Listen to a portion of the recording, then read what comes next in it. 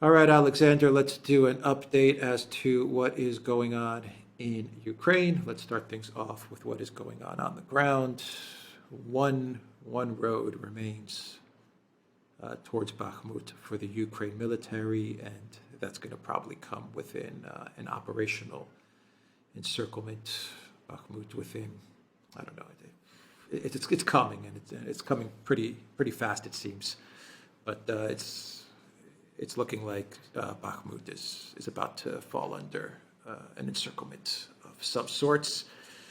We also have a lot of articles from Collective West mainstream media talking about how Ukraine is indeed losing. We have an article from Politico which says that everybody should just forget about Crimea. This is nonsense. It's not going to happen.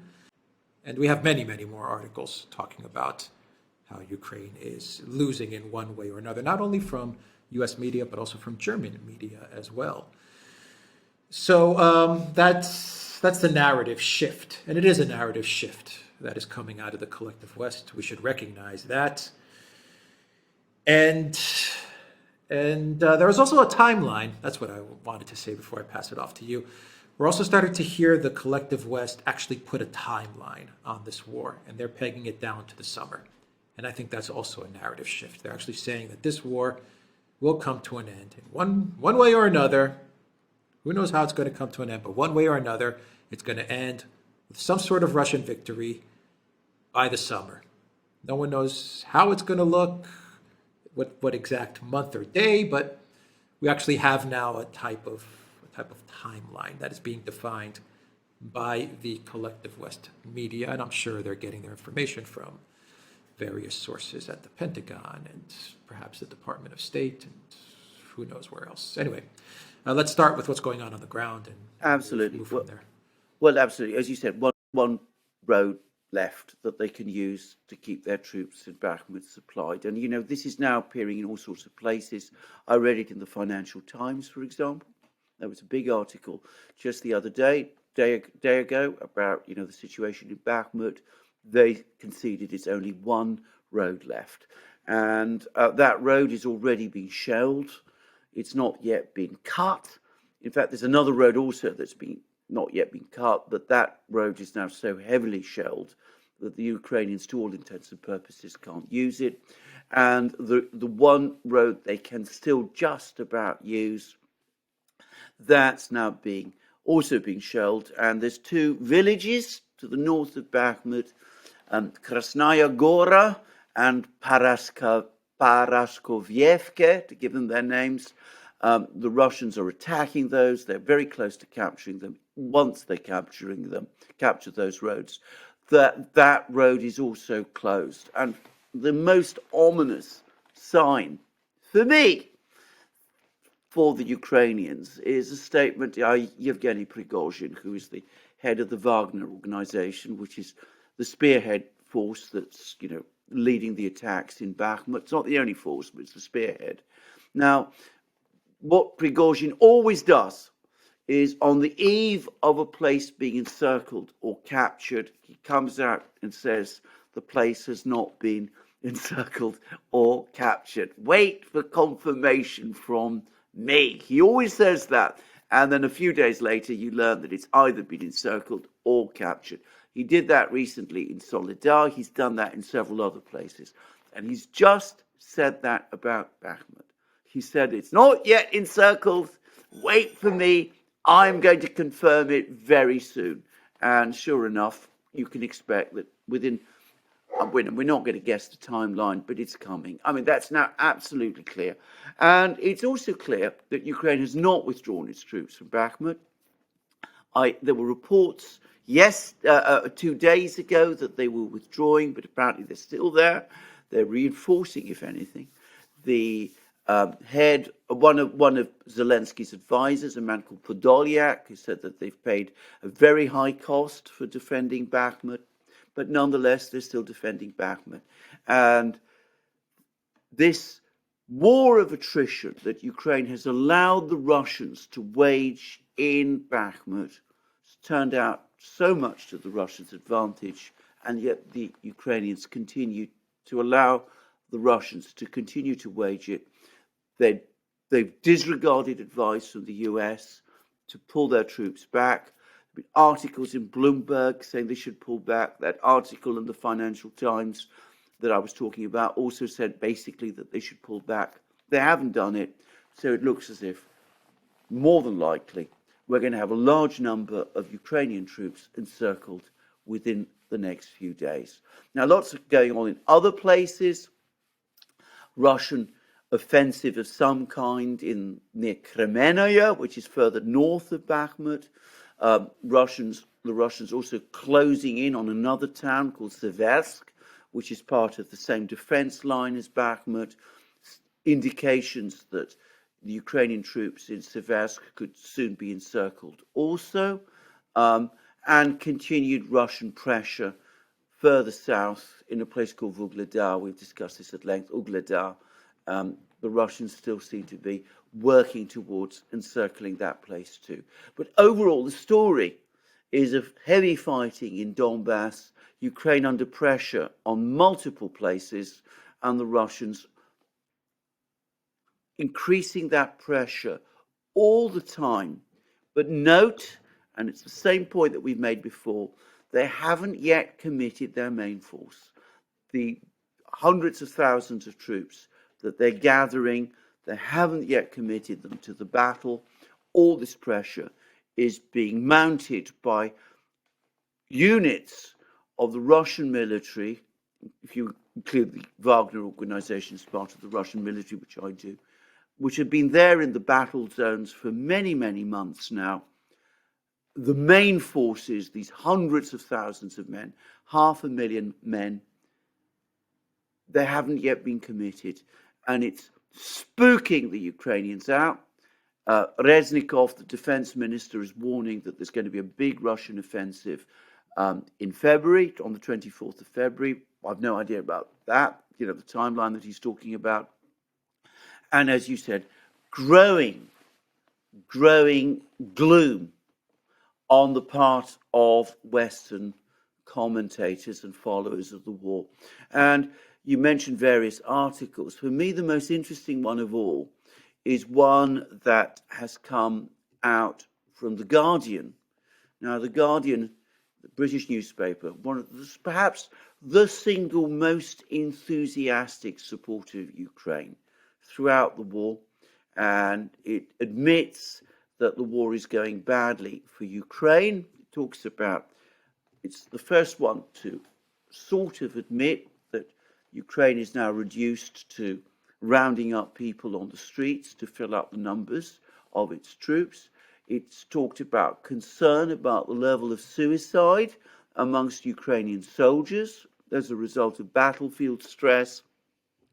And it says that if the war continues for very much longer, Ukraine's military might collapse. And I'll just read what it says. If the fighting does run through 2023, it means Ukraine has not been able to achieve its own military breakthrough, and the willingness of its forces to risk their lives will be tested.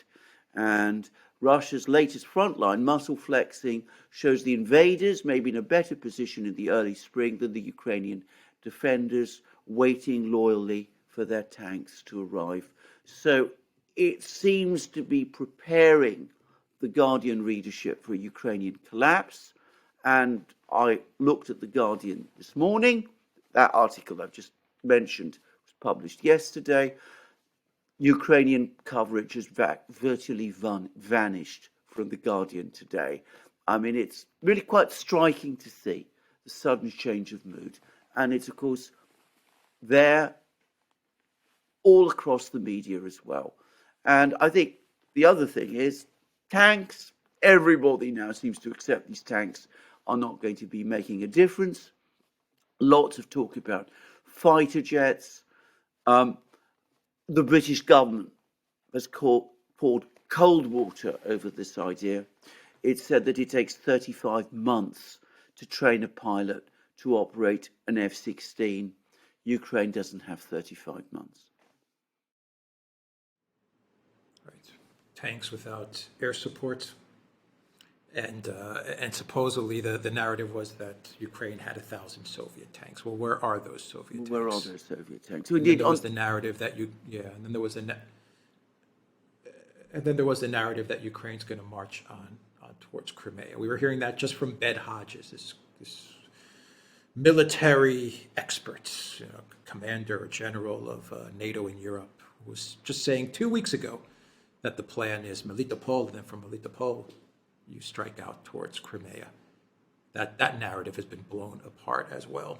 well, indeed, there was a briefing by the Pentagon of the House Armed Services Committee, and they told them this isn't going to happen. Basically, I mean, there was, there's no realistic chance of Ukraine recapturing Crimea, which, by the way, calls into question the whole logic of the offensive towards Melitopol. And there's been a cluster of articles in the British media through, again, supporters of the war. I mean, these are people who supported Ukraine, people like, Hamish de Breton Gordon, strange name, but he's a British tank officer.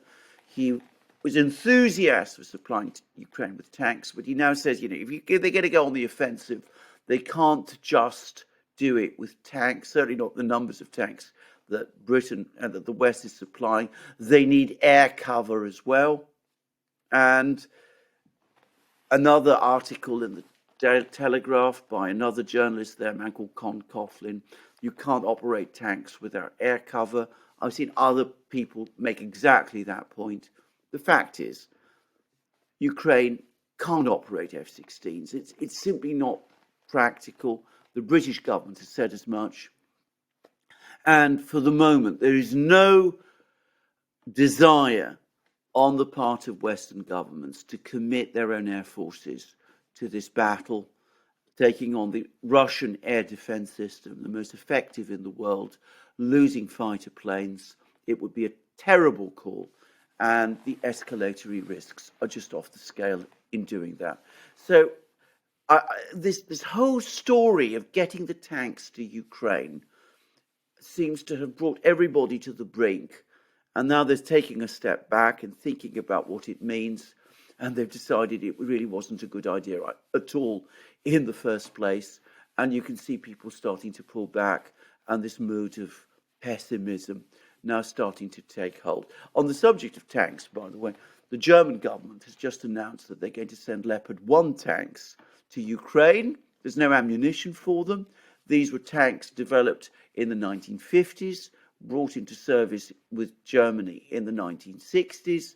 And I read that it's got very thin armor, only fit for protection from, heavy machine guns and cannons, light cannons.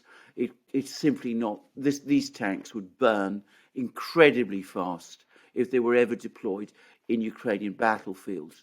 But the very fact that they're talking about Leopard 1s means that they're not going to send any more Leopard 2s, or at least that's what I think. Right. Putin gave a speech to commemorate the 80th anniversary, let's say, of the victory in Stalingrad, and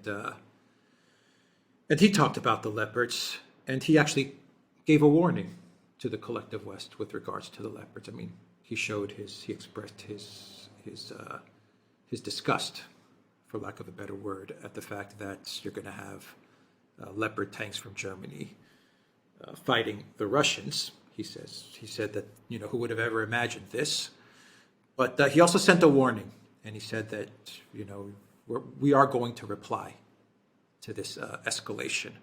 And so I wonder if Olaf Scholz kind of read Putin's statement, his speech, and changed his direction a bit. Maybe this is a signal to Russia, look, I was too weak to say no, so I'm just trying to find a way to wiggle out of this, so I'm going to send these Leopards, which are not going to do anything. We have Lavrov saying that Biden is sending weapons with 150-kilometer range. Just means that Russia's going to have to push Ukraine further west. So it's just basically Lavrov saying, anything that they throw at us, we're just going to counter it, and we're just going to push them further and further back. You have another type of purge taking place in Ukraine as well. This time, Zelensky is going after, the SBU is going after the former Interior Minister, Avakov, a really nasty guy who was involved in all kinds of bad stuff, including, I believe, Azov, and going after the man who made him, the man who created Zelensky, which is Kolomoisky. They're going after him as well. And then you have all of these articles about the entire situation in Ukraine coming out from the United States. You mentioned the Guardian as well, which is that this is lost, plain and simple. You also have the article coming from a Swiss publication which claims that Burns traveled to Kiev and then secretly offered Moscow a peace deal, which was 20% of Ukraine, essentially the Donbass, for peace. Of course, the U.S. has denied this, the Kremlin has denied this, but who knows? Who knows if this might have been the case? Maybe this was just floated. Anyway, my point in all of this is that you have all of this very, very bad news for Ukraine, for the Zelensky regime. It's clear as day that this project is crumbling. But the EU, they are playing theater, and they're traveling to Kiev and talking about a Ukraine-EU summit to fast track Ukraine into the European Union, and they all went to Kiev, and they're all dressed in their suits, and they're all happy to see each other. They're hugging each other and kissing each other, and they're doing these little make-believe summits that everything is okay. This is completely. I mean, I don't even have words for it. They're completely out of touch, the European leadership, with what is going on. That's the way it seems to me. I don't know. Maybe they're dumb. Maybe they know what's going on, but they're just going to play this role that they've been assigned. Or maybe they're just getting wrong information. Maybe there are people that are telling them everything is going well. Go to Kiev and do your little Ukraine is going to enter the European Union event. It seems so out of place and so out of touch with reality. And the fact that Zelensky is taking part in this shows that this whole situation is detached from the reality that is happening on the ground, that even the United States is admitting is happening, which to me signals that the collapse is coming, because all of these people in Europe and in Kiev are completely in their own bubble. They are stuck in their own box and in their own bubble. They're having a little tea party, Alexander, with tea that's with cups that are not full of tea but are full of air, and they're pretending that this is a little tea party, and they're having a good old time talking about Ukraine entering the European Union. That's all I have to say for the rest of this video. You are absolutely right, because you're absolutely correct. I mean, the Europeans are rapidly losing all sense of reality here.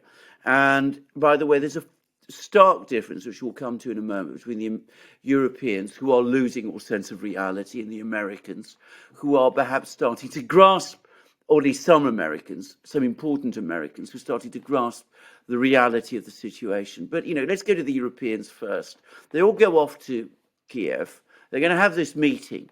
At the same time, other European leaders, the French in particular, apparently, the Germans to some extent, busy briefing that is going to be years, decades perhaps, before Ukraine joins the EU. Well, if that is so, why don't they simply say so? Why don't they tell Zelensky, look, we can't come to Kiev. This doesn't make any kind of sense. We are going through a pretense that has no reality.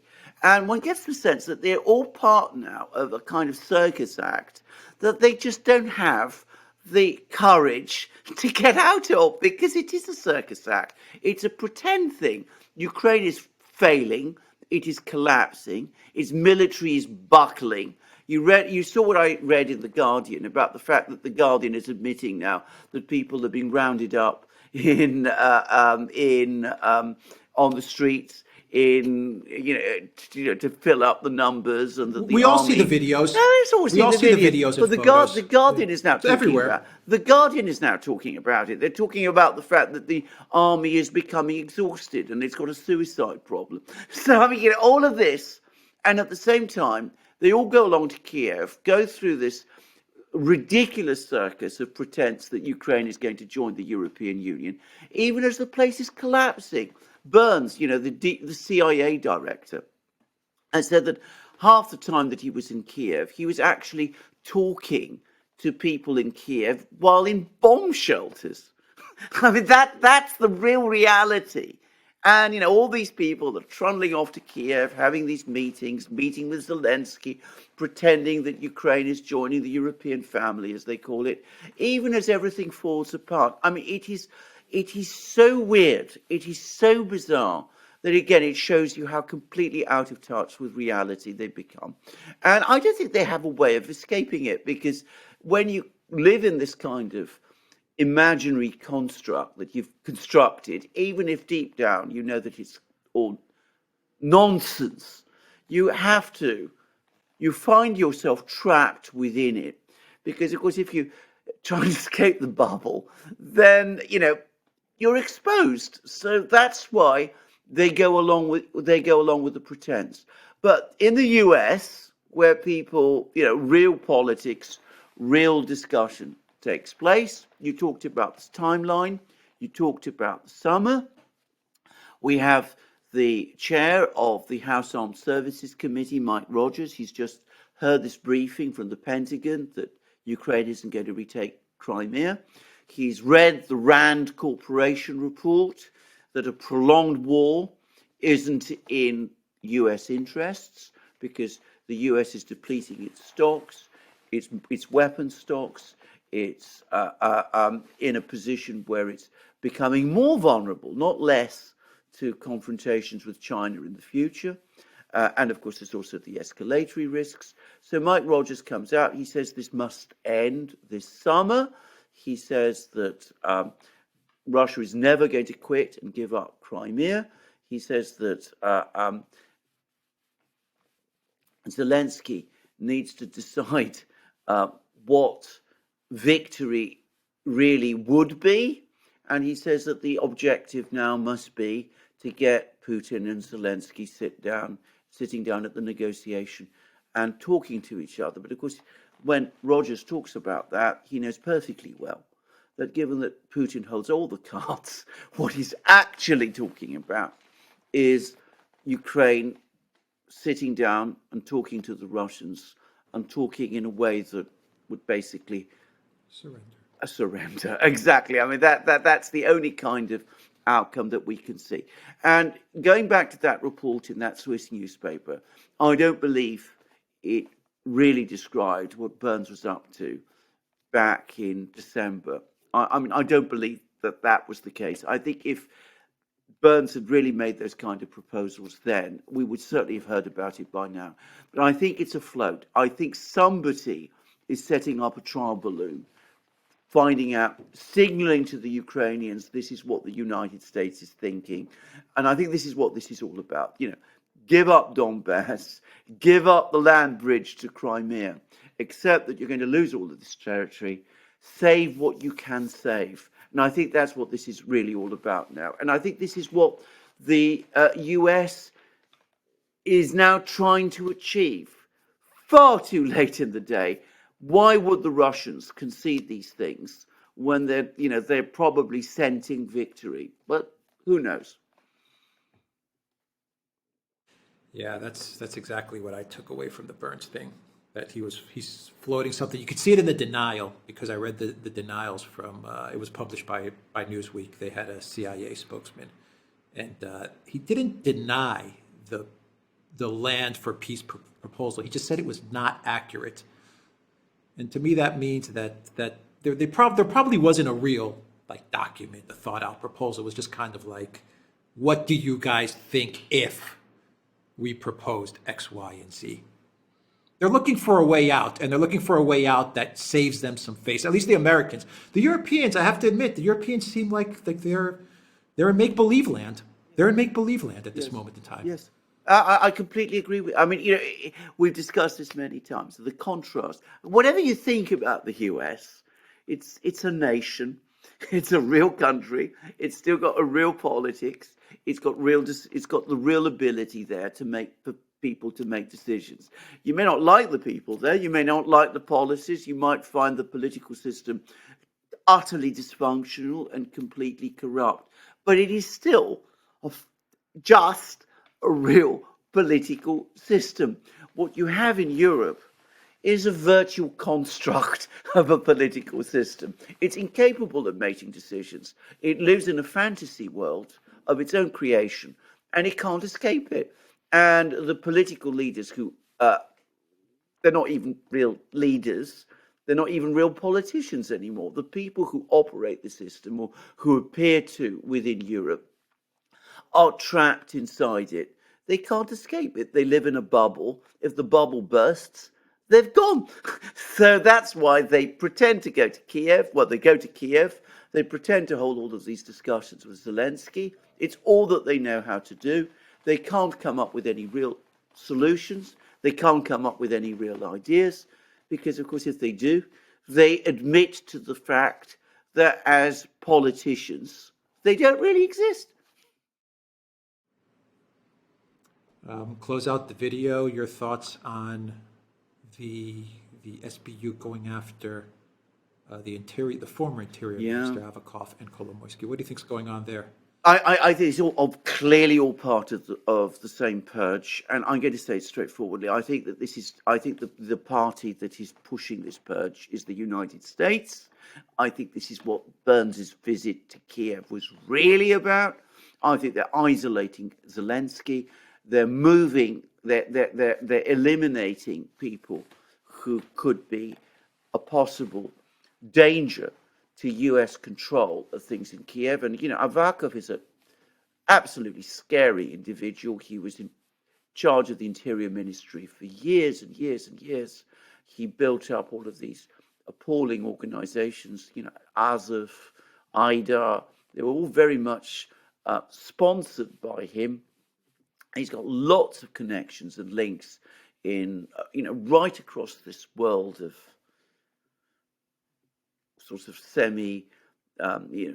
so-called volunteer, ultra-rightist groups. I don't want to use the words, but we all know what I'm talking about.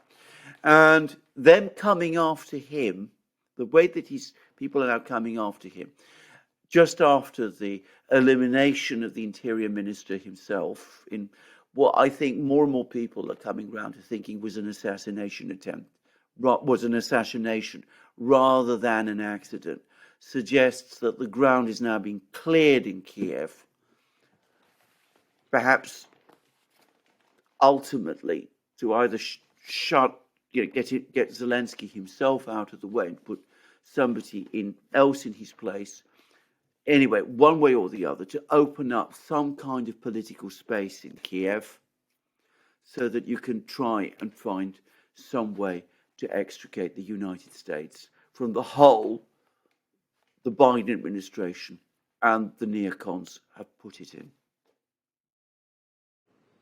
I wonder if you create the political space in order to extricate the United States, but also to win favor in a way, or at least to signal to Russia that you have now created a political space that would allow some sort of a deal to be put together. Yeah, well, probably, though I would say this, the Russians by now are so mistrustful of everything that they hear from the US that, I don't think this is going to be enough to impress them by itself. The Russian ambassador to the US, a man called Anatoly Antonov, has actually said that any proposals the United States comes up with, he was talking about arms control, but he means everything. Any proposals the United States comes up with must be not just firm, but reinforced concrete firm. And how does the United States reach that point of providing with the Russians with those kind of guarantees? But, you may be right. I mean, it does look like a clear out of this nest of vipers in Kiev to me. But, where it's going to lead, who knows? I was just going to say, how do you reinforce that, perhaps by signaling to Moscow that they could put their guy in? Well, absolutely. Medvedchuk to administer to administer a Ukraine that isn't, swallowed up by Russia. At least the U.S. can come out of it and say, well, look, at least, we have a country remains that is called Ukraine, and it Yes. still has access to the Black Sea, and it's still there. Yes. But, now it's Russia pulling the strings for now. Absolutely. The Russians will. You may be I'm right. just speculating. I'm just Yeah. speculating here, but yeah. Yeah, you may be right, but I'm going to say something straight away. I don't think the Russians are going to take any of this seriously unless there are political changes in another capital, not Kiev, but Washington. I mean, so long as they see people like Blinken and Nuland and Sullivan and people like that still in the US government, I think they will be deeply suspicious. So I think that they will say to the US, to whoever it is that they're dealing with, Burns or whomever, look, we don't trust you 1 inch. And so long as these people are there, Blinken, Sullivan, Nuland, all of those sort of people, don't expect us to trust you. If you're really serious, we've got to see a fundamental change in your foreign policy team. So, bear that in mind. I think if we see the Biden White House finally sacking these incompetent and terrible people who've led the US into this nightmare, then perhaps we can talk about a serious negotiation between the US and Russia going forward. But, until that happens, exactly. And I very difficult to see it. You need a completely new administration. You need a completely new administration. Completely new And of course, administration. the other problem is, and they're absolutely right in saying what the Russians will say is, the other problem is we don't trust the president himself because he told us one thing and did another. We had that summit meeting between him and Putin in Geneva, and we thought that we were making progress, and it was clear we weren't. We had what looked like promises from him in virtual summit meetings he'd had with Putin that the US wasn't going to install nuclear weapons, nuclear missiles in Ukraine. And then when we came round and wanted to negotiate about it, we were told that we couldn't. So, we don't trust him, and we certainly don't trust his team. So how can we seriously talk? All right, we will end it there. The Duran.locals.com, and also go to Rockfin. We are there as well, and the Duran shop, 10% off. Use the code Good Day. Take care.